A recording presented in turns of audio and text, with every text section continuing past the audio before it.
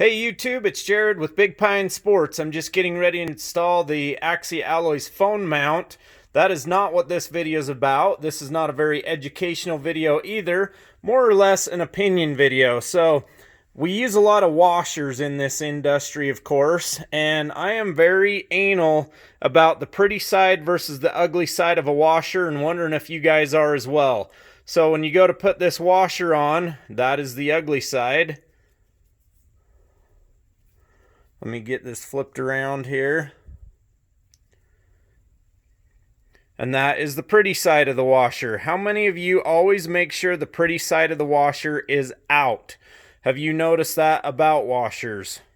Ugly side, pretty side. I'd like to see 500 comments below if you guys pay attention to this. So anytime I have a washer, it's got the pretty side on the outside. Anywhere there's a washer when I'm assembling anything. Wondering if you guys do the same.